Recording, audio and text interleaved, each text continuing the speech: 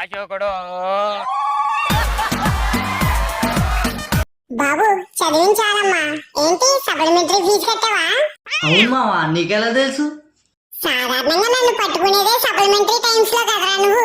నాకెందుకు తెలియదు చెప్పు. అంటే బుక్ మావా, నేను చాలా బిజీ కదా మావా, రేపు నుంచి బాగా చదివేస్తా మావా.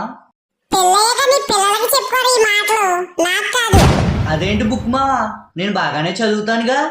నిన్ను చిన్నప్పటి నుంచి చూస్తున్నాను రా, నువ్వు చదువుతావో లేదో నాకు తెలీదా. ఇప్పుడు నన్ను ఏం చేయమంటావు బుక్ మావా? నన్ను పక్కన పాడేసి సినిమాలకి పార్కులకి వెళ్ళరా. సరే మావా, రేపు నుంచి అలాగే చేస్తా.